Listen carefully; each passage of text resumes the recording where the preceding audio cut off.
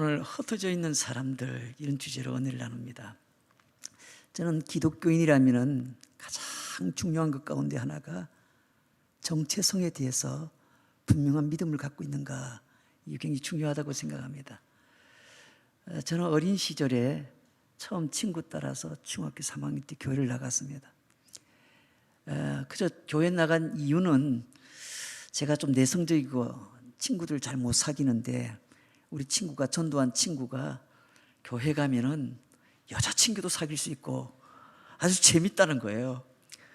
그래서 친구 따라 교회에 간 게 처음 교회를 디딘 겁니다. 그래서 그 교회 가보니까 정말 분위기가 좋더라고요. 재밌더라고요. 그 재미에 푹 빠져서 3년을 꼬박 교회를 다닙니다. 그러나 3년을 교회를 다녀도 사실은 예수님을 인격적으로 믿고 내가 하나님의 자녀가 되었다는 확신을 갖지를 못했습니다. 수련회도 여러 번 하고 또 교회에서 부흥회도 여러 번 하고, 그렇게 해서 많은 것들을 듣고 배우고 또 보았습니다. 심지어 성경 많이 읽으면 믿음이 생기는 줄 알고 성경을 1년에 4독씩 하고 또 성경 공부도 열심히 해보았는데, 결론은 그냥 하나님은 사람들이 만들어 놓고 자기 마음 오갈 데 없으니까 의지하기 위해서 믿는 것 같아. 차라리 눈에 보이는 부처님 믿는 게 훨씬 낫지. 부처는 그래도 떡하니 앉아 있더라고요, 보니까. 근데 하나님은 눈에 보이지도 않아. 우리 어머님이 절에 보살이었거든요. 집에 늘 부처님이 앉아 계세요. 조그만하게 하나, 막을 하나 쳐놓고 아침마다 마하바냐 하면서 이렇게 늘 불공을 드려요. 저도 열심히 어머니 옆에서 그런 불경 드린 그런 소리를 듣고 자랐습니다. 몸이 아프면 심지어 무당을 불러서 굿도 했어요. 그래서 열심히 교회를 다녔지만은 눈에 보이는 저런 샤머니즘 신앙이나 저런 이방 종교가 훨씬 더 믿기는 편했다는 겁니다. 어머님이 다니지 않는 절이 없어요. 그냥 부산에 있는 통도사부터 시작해서 범어사부터 시작해서 저기 전라도에 있는 송광사까지 또 합천에 있는 해인사까지 온 절이란 절은 다 다니시면서 불심이 아주 열심이었습니다. 그러니 제가 무슨 예수님을 믿을 수 있는 믿음이 잘 생기겠어요? 집에 가면 늘 앉아 계시니까 그분께 인사를 했습니다. 교회 잘 다녀왔습니다 하고 인사하고, 교회 다녀오겠습니다 하고, 그렇게 교회를 다녔습니다. 고등학교 2학년 때는 고등부 회장 한번 해볼 거라고 열심히 부처님께 기도했습니다. 교회 회장 되게 해달라고. 그래가지고 제가 교회 회장 됐다는 거 아닙니까? 부처님의 은혜로. 누구보다 성경도 많이 알고 교회도 열심을 내고 그랬지만은 하나님의 자녀라는 정체성을 얻지를 못했습니다.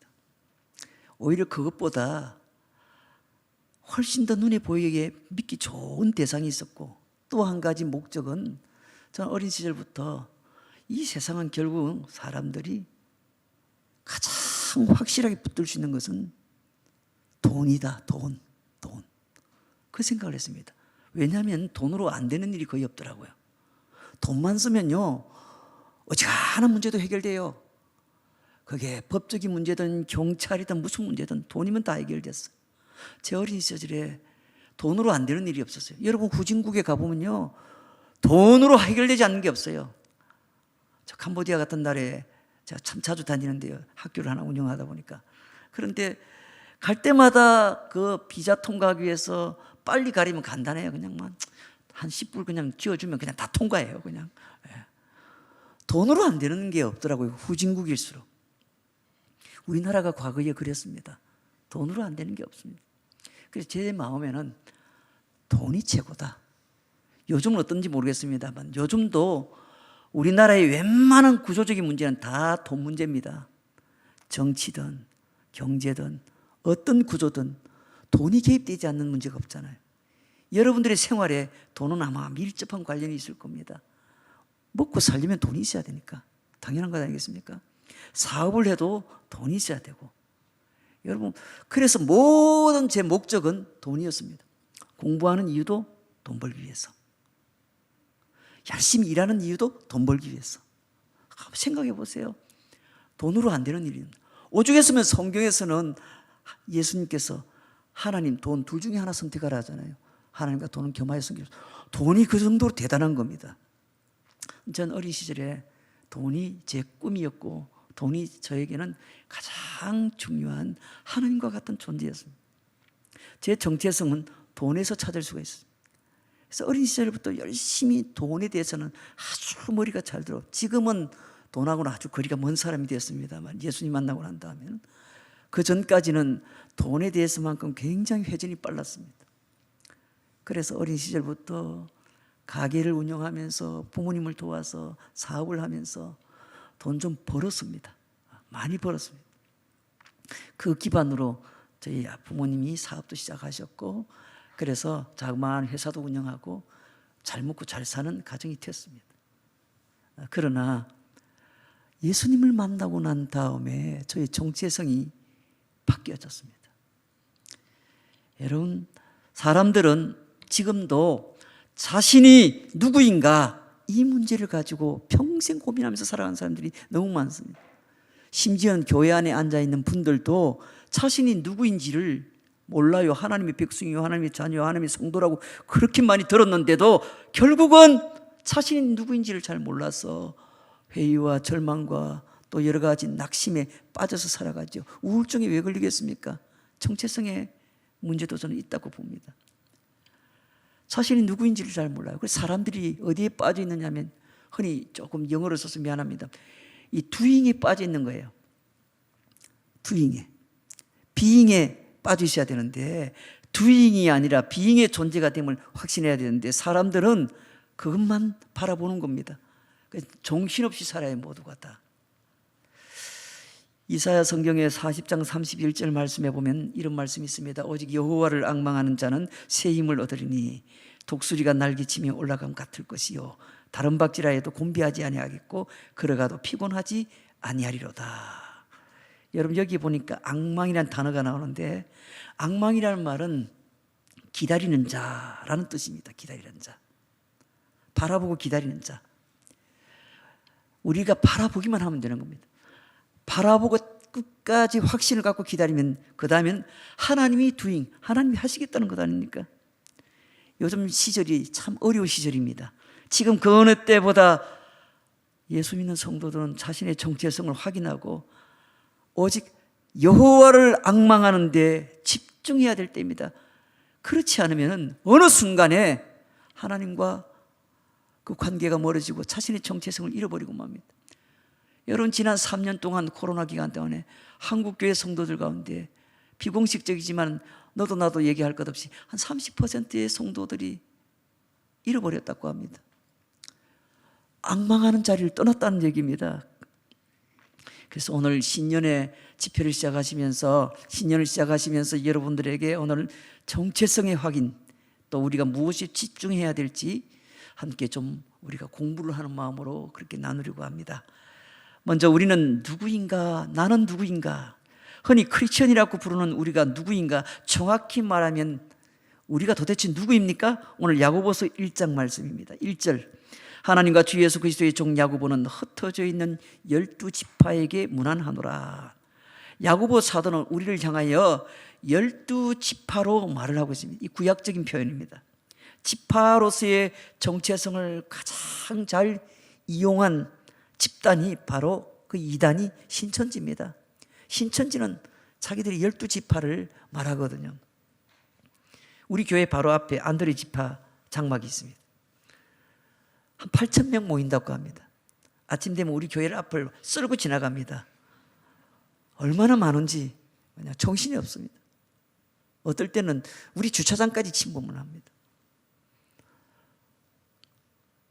가장 지파 개념을 이용을 잘한 이단 집단이 신천지입니다. 신천지. 바로 이 안드레 지파가 우리 동네에 있고 하단에 가면 야고보 지파가 있습니다. 오늘 성경 본문의 야고보 사도는 하나님의 택한 백성이요 지키시는 백성이요 구원하신 백성을 향하여 흩어져 있는 12지파 그렇게 말합니다.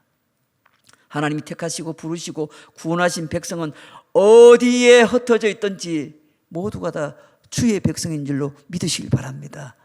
오늘 저 센텀에 있는 우리 성도님들도 동일한 우리 영안교회 한 공동체 안에 있는 성도이듯이 우리가 흩어져 있을지라도 모두가 다 하나님의 자녀요 하나님의 성도인 줄로 믿으시길 바랍니다. 그곳이 교회이든 집이든 직장이든 어느 곳에 있든지 하나님의 사람입니다.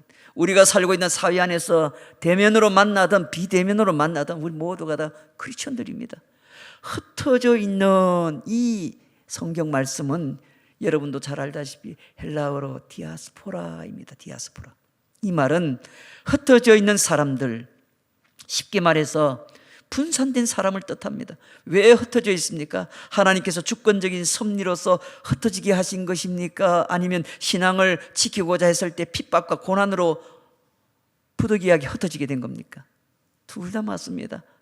그러나 비록 흩어졌을지라도 중요한 것은 우리 모두가 다 믿음의 사람이요 하나님의 백성들이라는 사실입니다. 우리가 지난 3년 동안에 원치 않는 흩어짐을 겪었을지 모릅니다. 코로나19라는 이 감염병으로 인해서 전 세계가 팬데믹 상황으로 들어가게 되었고 이 기간 동안 우리가 원치 않는 흩어짐을 겪었습니다. 그런데 성경에 보니까 한 걸음 더 나아가 베드로 사도가 베드로전서 1장 1절 2절에 보니까 하나님의 백성들을 흩어진 나그네라 그렇게 부릅니다.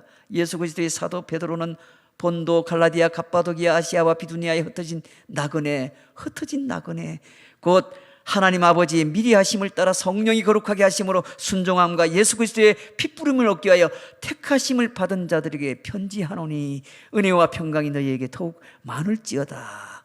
베드로 사도가 편지하는 대상들을 향하여 흩어진 나그네라 그렇게 말합니다. 다시 말하면 하늘의 본향을 둔 사람들, 하나님의 백성들을 뜻하는 것 아닙니까? 곧 하늘 나그네 아닙니까? 이들을 택하심 받은 자로 부르고 그들에게 위로요 또 다시 말하면 은혜와 평강이 있기를 기원하는 것이 오늘 베드로가 보낸 서신의 인사글입니다. 하나님의 나라를 꿈꾸는 사람들을 뜻하는 겁니다. 나그네, 진짜 나그네라는 정체성만 제대로 우리가 성경적으로 신앙적으로 확신하게 되면요 세상에 집착하지 않습니다. 그리고 한 몇 번 좀 살다가 이런저런 이유로 죽을 고비를 좀 넘겨보신 분들은 세상에 집착하지 않을 겁니다.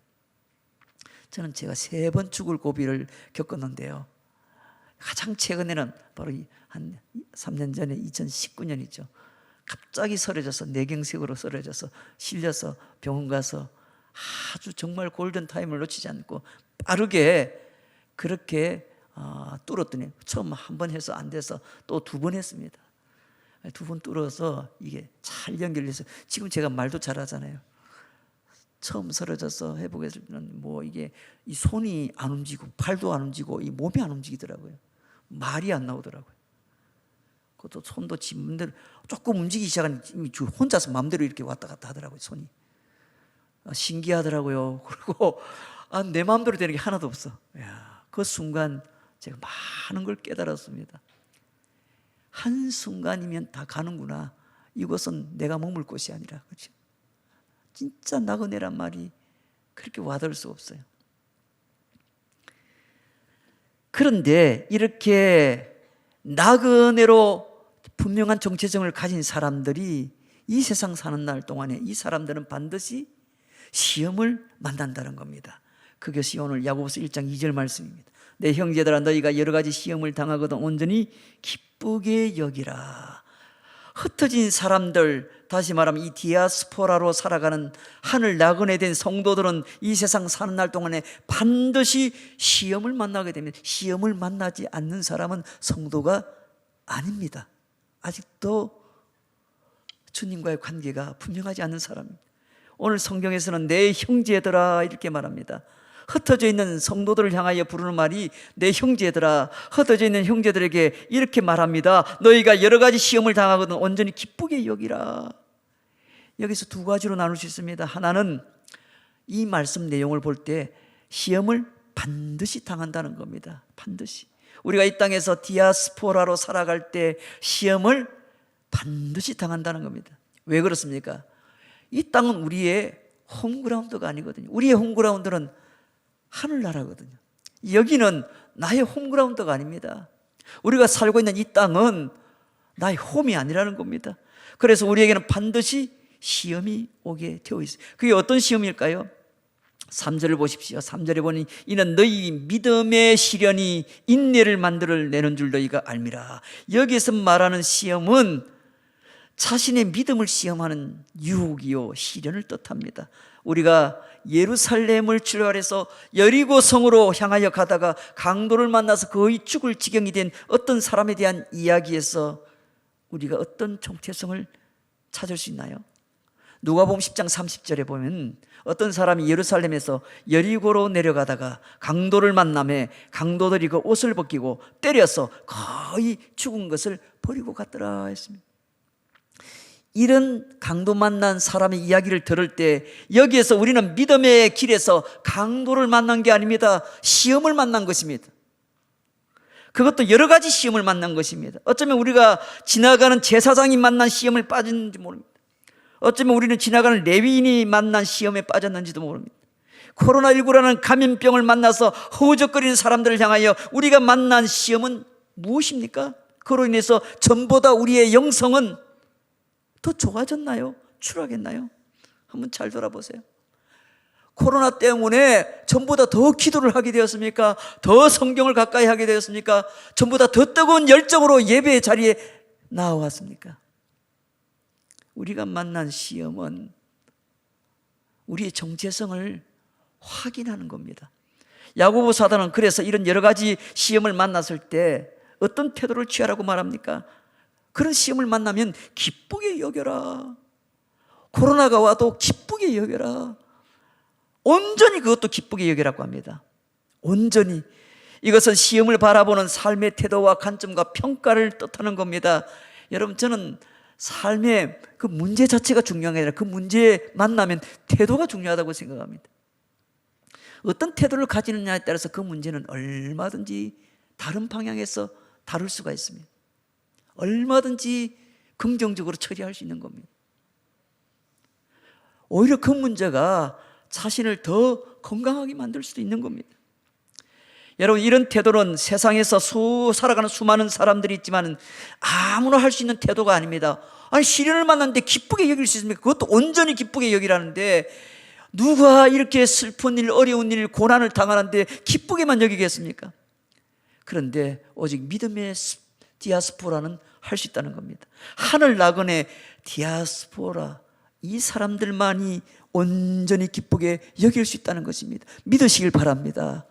저와 여러분은 어떤 상황이 온다 할지라도 이제 2023년도에는 2022년도보다 훨씬 더 경제적으로도 더 어렵고, 어쩌면 새로운 변종 바이러스가 등장해서 더 어려운 지경이 될지 모르고, 어쩌면 저 북한이 정신없이 쏘아대는 미사일이 남한 땅에 떨어질지도 모르고, 어떤 상황이 우리를 기다리고 있을지 모르지 않습니까? 그럼에도 불구하고 하늘 나그네 디아스포라들은 그것을 기쁘게 맞이할 수 있습니다. 담대하게 맞이할 수 있다는 겁니다. 또 하나는 이 시련은 우리를 유익하게 만든다는 겁니다. 오늘 3절 말씀에 다시 한번 보면 이는 너희 믿음의 시련이 인내를 만들어내는 줄 알미라. 이 땅에서 우리가 반드시 필연적으로 여러 가지 시험을 만나게 되지만은 이는 이 말은 왜냐하면 너희 믿음의 시련이 인내를 만들어내는 줄 알미라, 이렇게 말합니다. 다시 말해서 이 시련은 믿음의 시련이라는 겁니다. 믿음의 시련. 그냥 보통 시련이 아니라 믿음의 시련이라는 겁니다. 이 시험은 예수 믿는 믿음 때문에 만나는 시련이라는 겁니다. 우리가 이 땅에 살아가는 날 동안에 하늘 나그네 디아스포라는 하나님의 자녀들, 하나님의 성도들은 이 땅에 사는 날 동안에 당하는 모든 시험은 대부분 다 믿음의 시험입니다. 예수를 안 믿으면 이런 시험 안 당해요. 오히려 예수를 믿는 하나님의 백성이 되었기 때문에 당하는 겁니다. 예수 믿고 나니까 더 힘들어요. 저희 어머님을 전도했어요. 저희 아버님도 전도했어요. 동생들도 다 전도했어요. 제가 예수님 만나고 기적처럼 예수님 만나고 난 다음에 1년 안에 우리 가족 전도를 다 했어요. 이유는 뭐냐면 제가 너무 분명하게 주님을 만났거든. 제가 얼마나 합리적이고 이성적인 사람인지 모릅니다. 저는 제 자신을 믿었습니다. 나는 싸움도 1등하고 공부도 1등하고 사업도 잘하고 아주 교만 충만했습니다. 어린 시절에 정말 뭐든지 1등.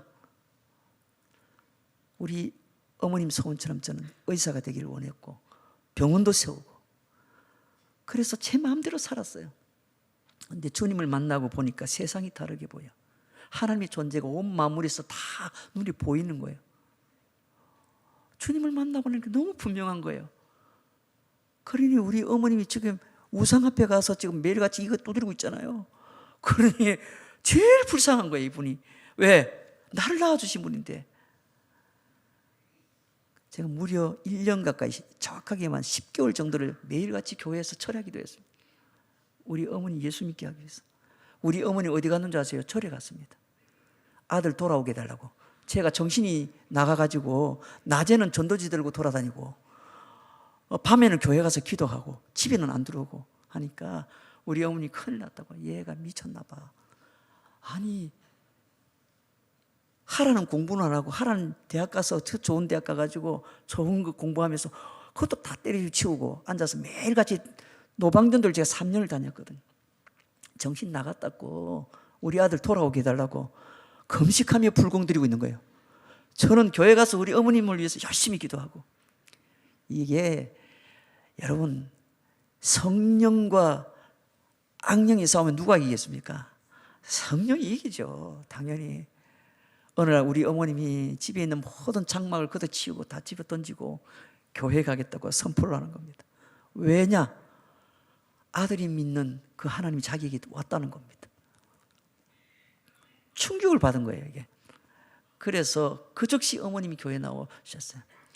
그 이후로 지금까지 38년, 39년 동안 교회 열심히 나오십니다. 건강하십니다, 지금도. 우리 부모님 다 90이 다 돼가시는데 다 건강하게 교회 잘 나오십니다. 왜? 성령이 악령을 이기죠, 당연히. 여러분, 예수 믿고 난 다음에 1년 동안에 얼마나 어려운 일이 많았는지요. 우리 어머님 그렇게 우상을 열심히 섬겼고 온 동네 아주머니들 30명, 50명 데리고 절에 다녔는데 이런 어머니가 이제는 거꾸로 전도를 해서 교회를 데리고 다니니까 상황이 바뀌었던 거예요. 그러니 사단이 그냥 있겠습니까? 얼마나 힘들어요. 저희 어머님 병들죠. 가족들이 우환이 생기죠. 온갖 일들이 다 벌어지는 거예요. 여러분, 믿음을 갖고 믿음대로 살려고 하는 사람, 특히 믿음으로 해보려고 하는 사람에게는 반드시 시험이 옵니다. 안 온다면 그건 거짓말입니다. 충분히 경험하는 데서 제가 얘기하는 겁니다. 예수 진짜 믿으면 시험이 찾아오게 되어 있습니다. 온갖 시험이 찾아옵니다. 오늘 성경에서는 이 시련은 믿음의 시련이라 그렇게 정리해 줍니다. 이 시험은 예수 믿는 믿음 때문에 만나는 시련인 겁니다. 그러므로 이 시련은 뭘로 이겨야 됩니까? 믿음으로 이겨내야 되는 시련입니다. 어떤 믿음입니까? 하나님의 나라를 꿈꾸는 믿음입니다. 세상에 소망을 두는 사람이 아니라 하늘에 속한 사람으로 갖게 되는 당당한 자부심을 가져야 이겨낼 수 있는. 그리해야 이 시련은 뭘 만들어냅니까? 인내를 만들어내는 겁니다. 인내는 믿음의 맷집이라고 볼 수 있습니다. 여러분, 맷집이 뭡니까? 견디는 힘입니다. 견뎌야 이기고 사는 겁니다. 흔히 섬기는 사람은 맷집이 좋아야 한다고 말은 정말 진리입니다. 목사는 특히 맷집이 좋아야 된다고 하는 게 우리 목회자들 하는 얘기입니다. 여러분, 그 인내가 마지막에 아름다운 결과를 얻게 합니다. 지금 믿음의 디아스포라에게 꼭 필요한 게 무엇입니까? 이 세상에서 하늘 나가며 살아가는 저와 여러분들에게 꼭 필요한 게 뭡니까? 순간적이고 일시적인 호의호식이 아니라 인내입니다. 그래서 하나님은 여러 가지 시련을 통해서 인내를 만드시는 겁니다. 그 인내가 결국은 우리를 비상하게 만들 것입니다. 그러므로 우리는 인내의 유익을 알아야 됩니다.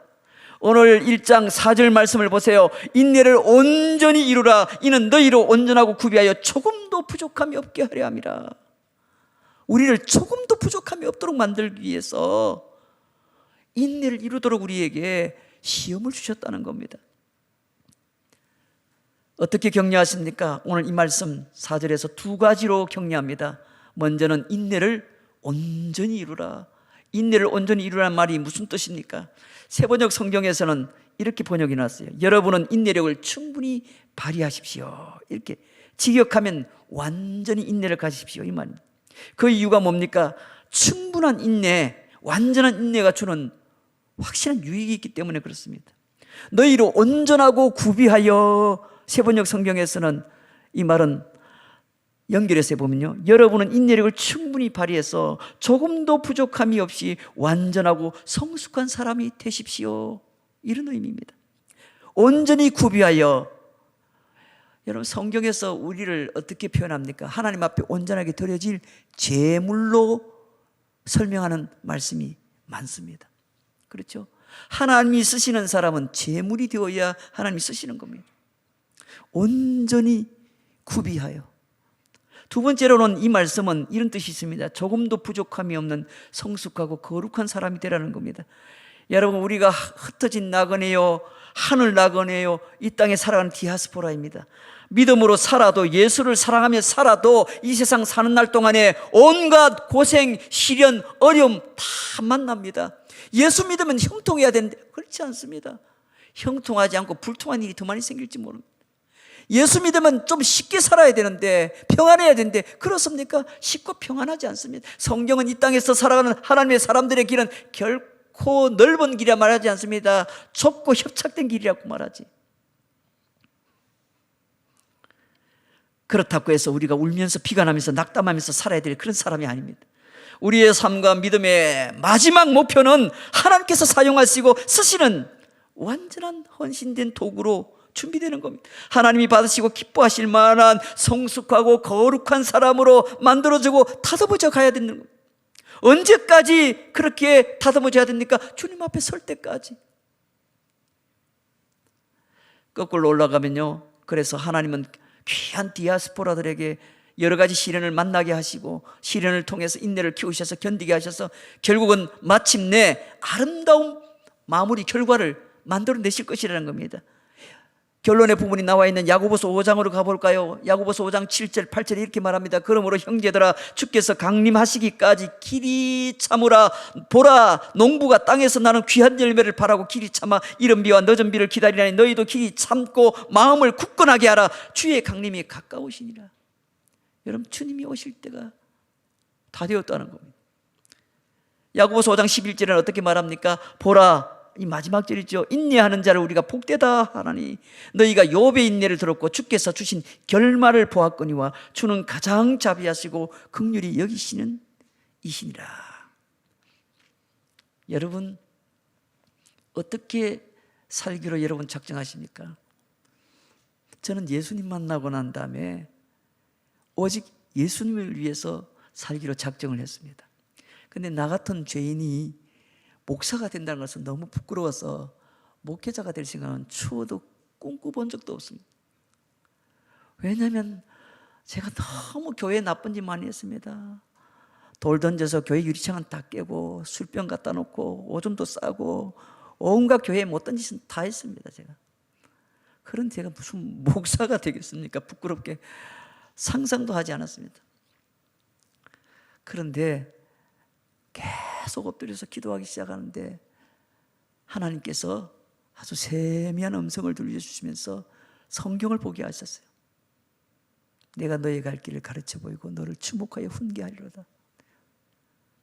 그렇게 말씀하시면서 이 시편 32편 8절 말씀을 주시면서 저에게 아주 뚜렷한 길을 보여주셨어요.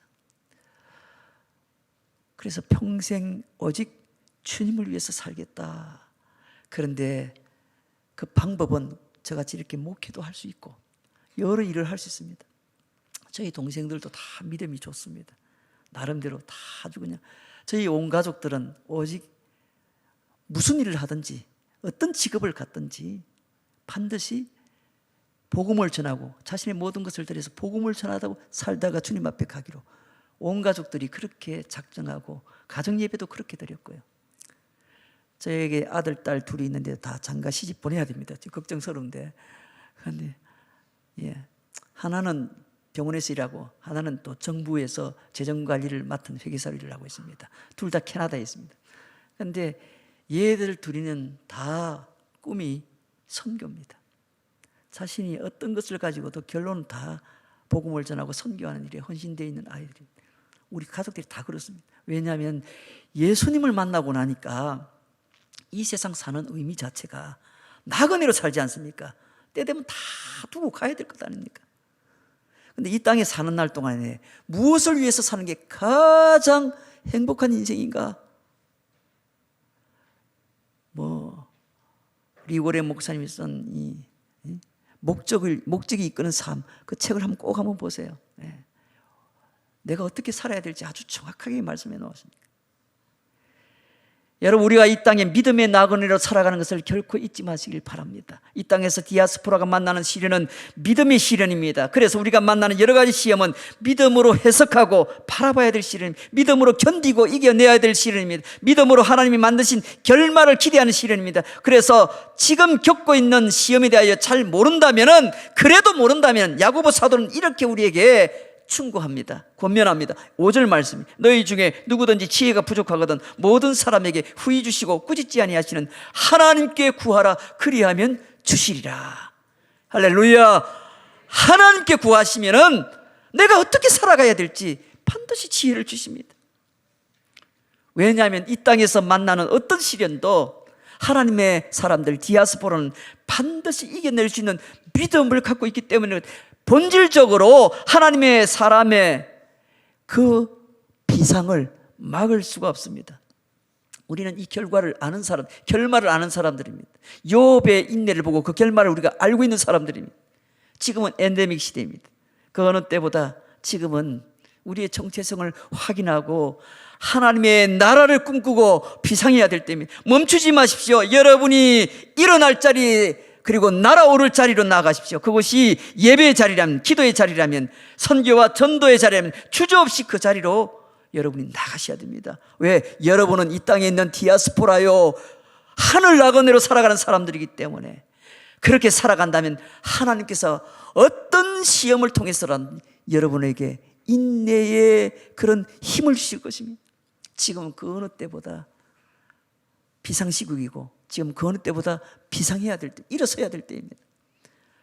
한국교회 어떤 면에서는 2023년은 굉장히 중요한 해가 될지 모릅니다. 그리고 새로운 어떤 큰 변화의 전환점이 될 가능성이 많습니다. 코로나 3년은요 모두가 다 예상을 했습니다.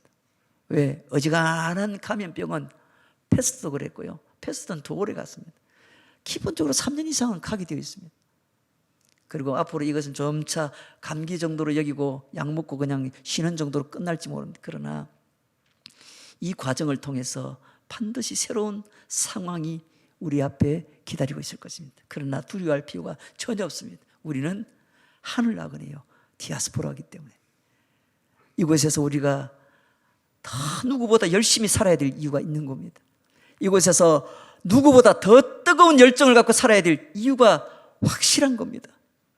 사랑하는 성도 여러분, 새해를 시작하면서 오늘 야고보 사도가 우리에게 가르쳐준 이 믿음의 정체성을 분명하게 여러분 붙드시길 바랍니다.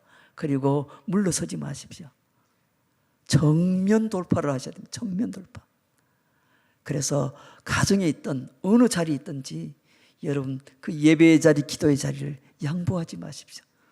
누구보다 이제는 전투적으로 나아가야 될 때입니다. 적극적으로. 우리 함께 기도하겠습니다.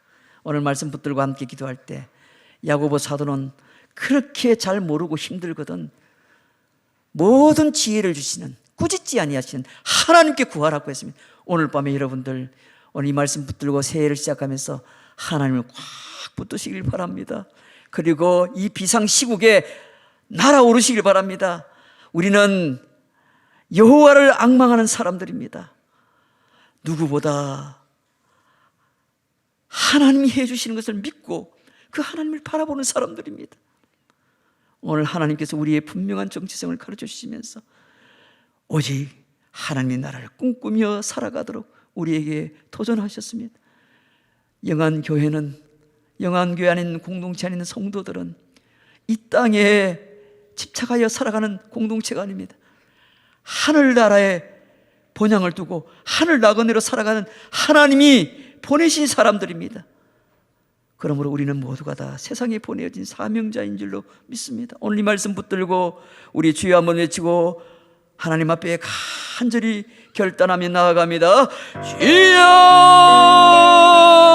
아버지 하나님 은혜를 감사합니다. 오늘 밤에 이 새해를 시작하면서 주께 무릎 꿇고 나아갑니다. 주님께서 오늘 밤에도 귀한 말씀을 통하여 우리에게 들려주신 하늘나라의 나그네의 정체성을 다시 한 번 더 꽉 붙들게 하시고 오직 여호와를 앙망하며 믿음으로 나아가게 하여 주시옵소서. 우리의 소망이 이 땅에 있는 것이 아니라 하늘에 있음을 분명히 믿고 나아가게 하여 주시옵소서.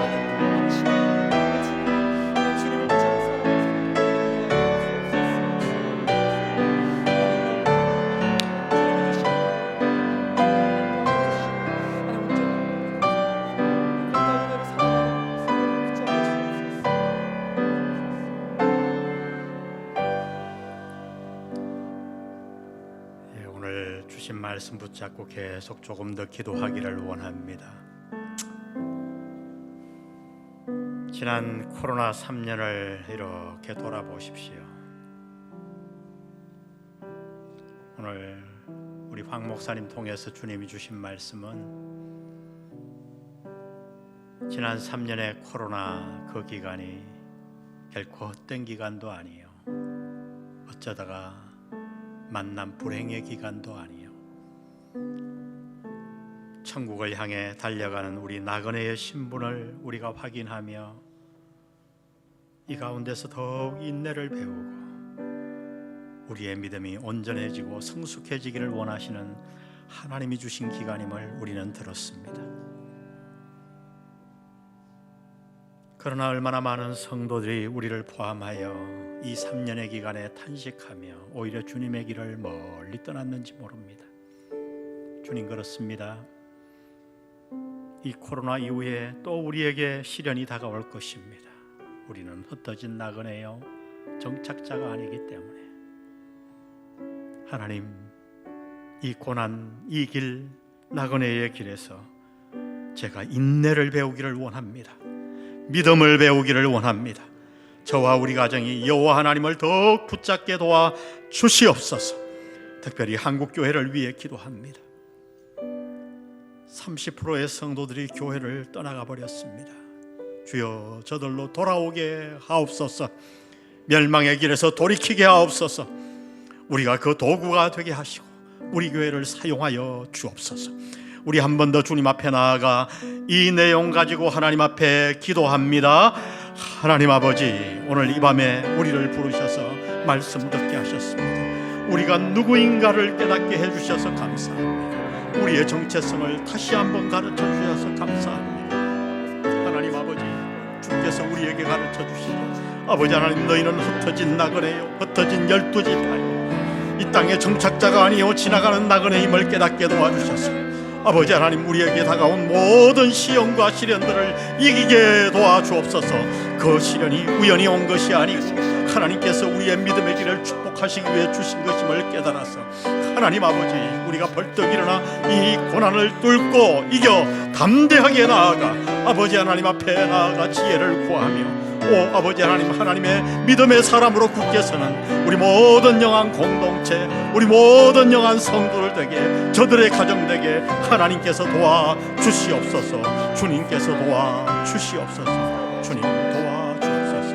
주님 도와주옵소서. 어려운 일 당할 때 나의 믿음 적어나 찬양합시다. 어려운 일 당할 때 나의 믿음 적으나 의지하는 내 주를 더욱 의지합니다. 세월 지나갈수록 의지할 것뿐일세. 무슨 일을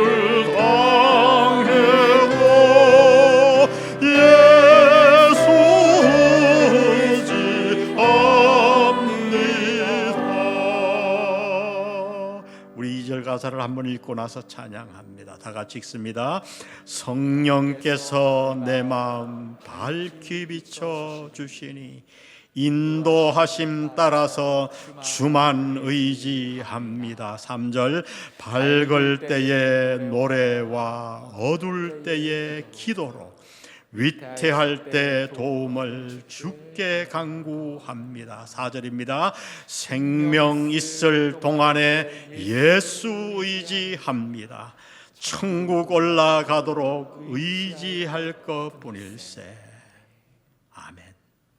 그렇습니다. 이 나그네 인생, 앞으로 우리 앞에 어떤 고난과 시련이 와도 주님, 제가 그 시련을 이기며 오히려 그 시련을 통해 우리에게 주시는 하나님의 성숙을 이루겠습니다. 결단하는 마음으로 우리 2절 찬양합니다. 성령께서 내 마음 밝히 비춰주시니 인도하심 따라서 주만 의지합니다. 세월 지나갈수록 의지할 것뿐일세. 무슨 일을 당해도 예수 의지합니다. 생명 있을 동안에 생명 있을 동안 예수 의지합니다. 천국 올라가도록 아멘. 의지할 것뿐일세. 세월 지나갈수록 의지할 것뿐일세. 무슨 일을 당해도 예수 의지합니다.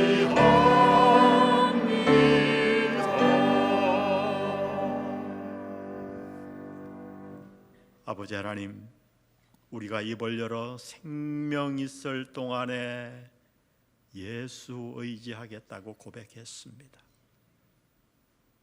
무슨 일을 당해도 예수 의지하겠다고 고백했습니다. 주님, 이 고백이 우리의 진정되게 도와 주옵소서. 오늘 새 벽두에 우리를 부르시고 우리가 누구인가를 가르쳐 주셔서 감사합니다. 우리가 흩어져 있는 나그네이기에 이 땅이 본향이 아니고 천국을 향해 가는 순례자이기에 우리 앞에 시련이 있음도 가르쳐 주셔서 감사합니다. 그러나 아버지 하나님, 그 시련이 우연한 불행이 아니에요. 하나님께서 우리에게 성숙을 주시기 위한 놀라운 수단임을 가르쳐 주셔서 감사합니다.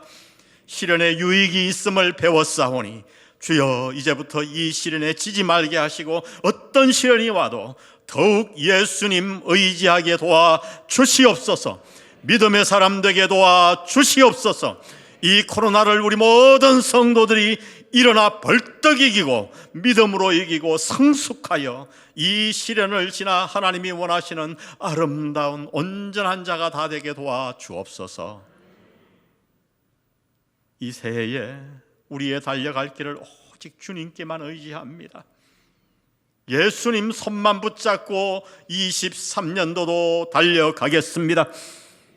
주님 동행해 주시고 올해 말 우리 모든 성도들이 다 목소리를 합하여 내가 믿음으로 23년을 살았고 23년을 사는 동안 내가 성숙하여졌고 하나님께 복을 받았다는 간증을 다 나누는 자들이 되게 도와주옵소서. 오늘 이 밤에 우리와 함께 하시는 주님에게 감사하오며 예수님의 이름으로 기도합니다.